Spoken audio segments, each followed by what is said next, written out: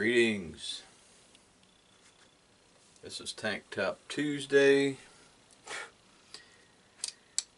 And I'm here to do the unthinkable.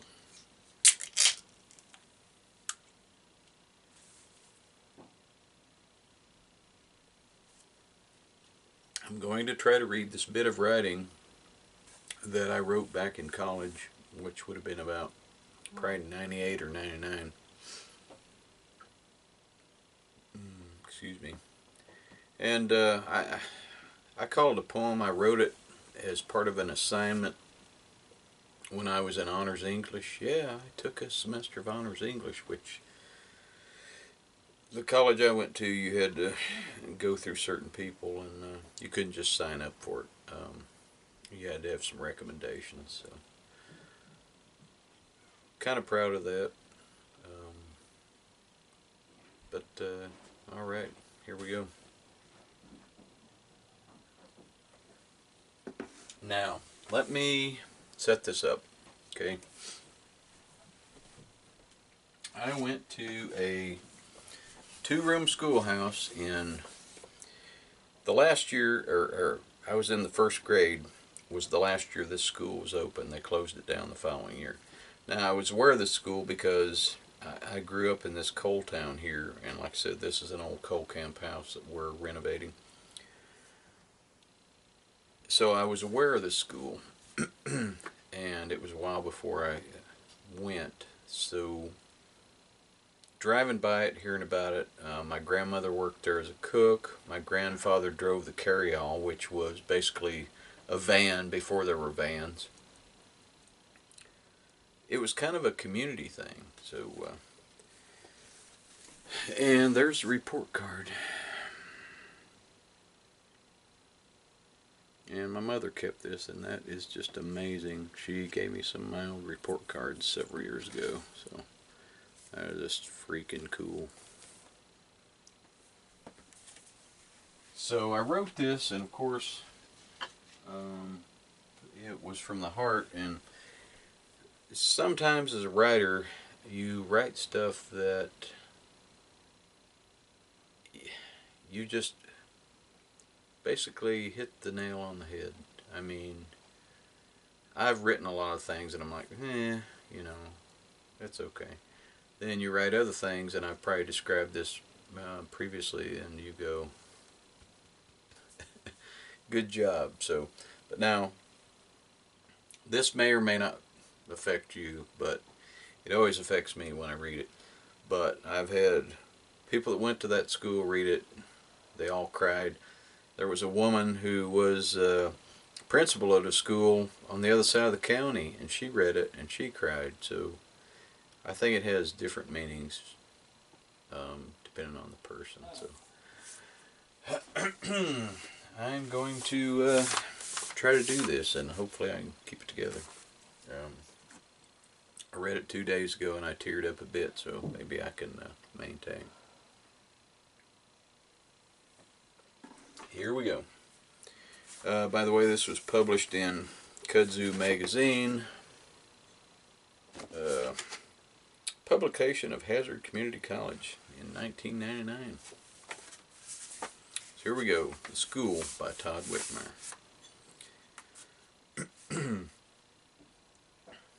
27 years gone like a small town in the blink of an eye, deeply missed. The ghost of a schoolhouse where a 5-year-old me had once learned to read. I was there with the institution upon its deathbed, and upon the conclusion of the 69-70 school year was spat out of its dying mouth into another world. But I wanted to go back. Back into the mouth of first education and daydreaming, of living with crushes and bullies and girlfriends and fear, and my first fist fight on the playground. Evanston Elementary, long deceased, yet somehow alive in my current reality. The echoes are there, always pervasive when I drive by that flat spot among the hills where a 2-classroom schoolhouse once sat. The simplicity of it all. 40 students in my school, grades 1 through 4. Perhaps 30 students in the big kids' room, grades 5 through 8. A situation soon ruined by decaying population base and consolidation. The beetles were fading, and the monkeys were just that. We lost Kennedy and King in '68, and the following year a man walked on the moon. But I still lost the school, or it lost me. I wept internally and eternally. No more marbles on the playground. No more challenging the Johnson kid for his prize cat's eye and winning. No more playing on the frozen creek which called to us in the dead of winter. No more girls in dresses and boys in headbands and hair. Evanston, the terminally ill coal town, had a fast failing heart. The school, the school, the school. I loved that place, the way a child loves the home of first remembrance. The school, though, was too perfect to live. Nestled in the mature trees at the mouth of a hollow, its white clapboards shouting beneath a green shingled cap.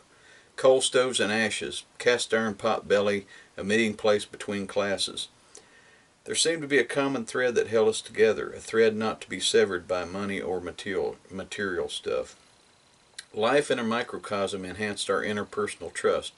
Within the wooden walls coursed the community's lifeblood, waiting to be spilled by officials who knew us not. Institutions live to die. Time has proven that fact all too often. Feelings are cast aside. Sentiments are declared forgotten. Memories, though, constantly, thankfully, dredge the rivers of time, pulling to the surface people and places, long drowned but never silent beneath dark, murky water, baptized now perhaps by collective memory and the wanting of yesterday.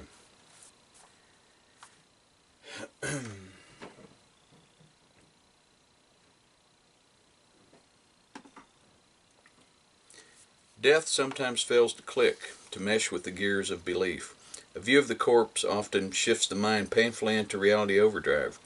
Thus for me it was walking silenced halls and empty rooms, alive only by the grace of my whispers and the whisperings of my feet upon strewn papers and broken glass.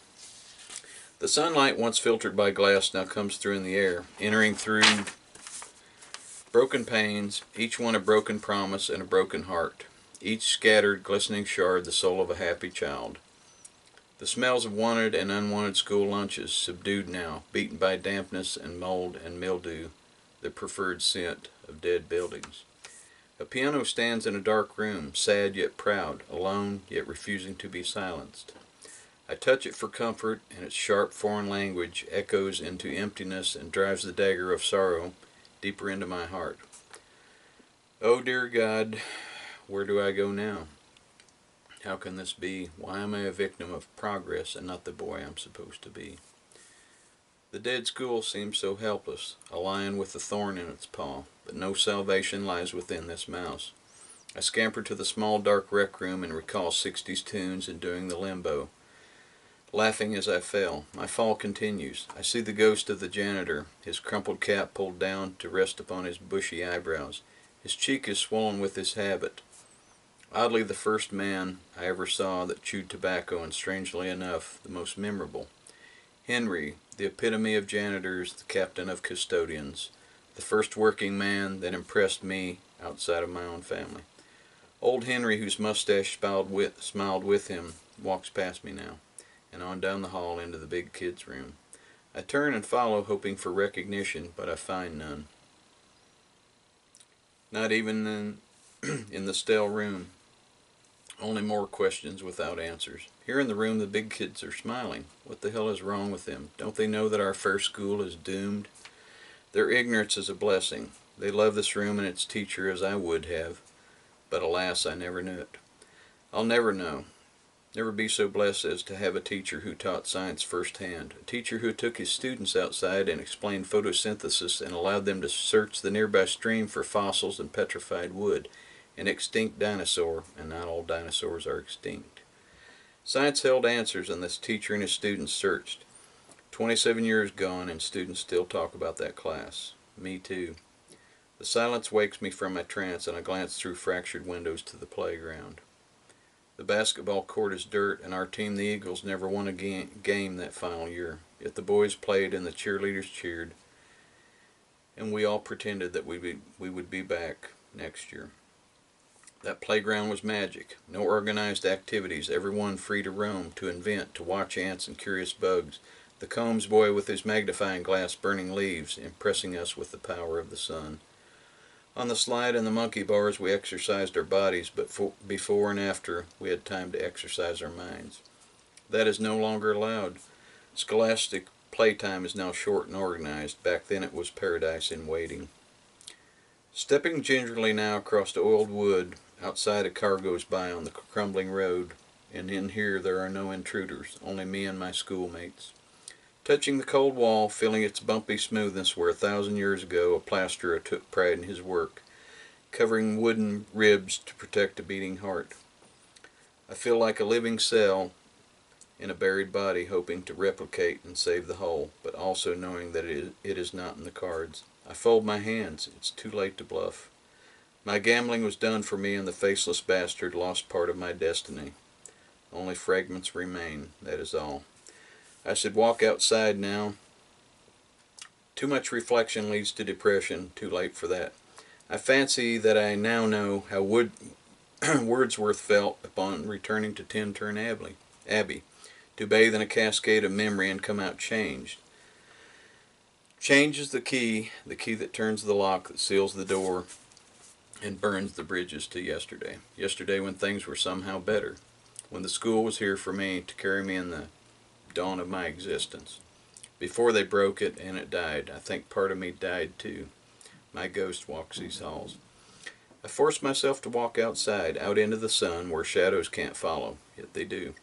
Out on the long, narrow drive where the carryall used to drop us off, I watch, unsure of what I'm looking for. Perhaps movement, perhaps some form of closure, some finality on this chapter of my life.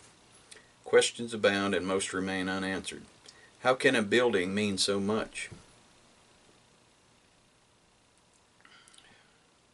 Simply put, it is more than the sum of its parts. Like good literature, words like boards construct something amazing in its precision. It's magic. The school was and is magic. Its ghost overshadows the mobile home that sits there on that hollowed ground. White clapboards shout at me beneath a long green cap, and phantom smoke issues out of flickering chimneys, a proclamation of being and belonging. I raise my hand and wave to small faces peering out of broken windows, and wonder how many of them see me. Do they recognize me at this age, on this day so far removed from the one we live? Dear God, I hope so. They must know that I miss them and think of them often. This place has become mythical, and our simple doings legendary. Show me today's Evanston if you dare.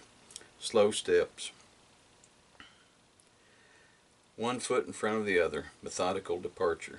I try not to turn, to look once more upon the face of profound longing, but I must. I try to smile, but my face feels as heavy as my heart. The echoes fade. My feet no longer crunch on gravel. My carriage awaits another sign of the time's passage. The school calls to me like a worried mother, but this time I do not turn. I must know that I will be all right. It must know how I feel, what I feel. I climb into the metal carriage and look straight ahead. The road blurs before me. I go forward with clenched jaw, determined to return again. 27 years gone in the blink of an eye. Tomorrow's another day, but another day contains the emptiness of yesterday, deeply missed, never to be found. So, I made it through it.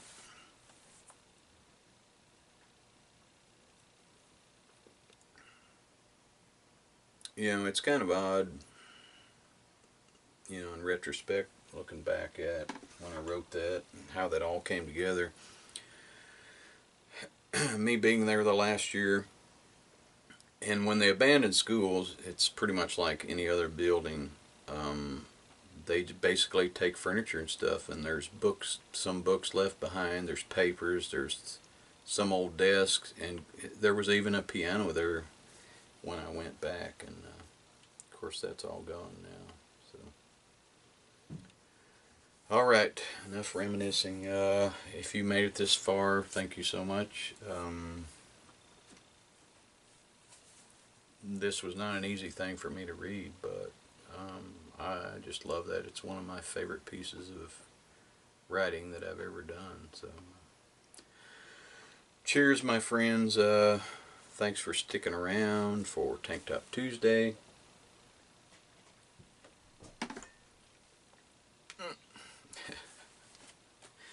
Bye.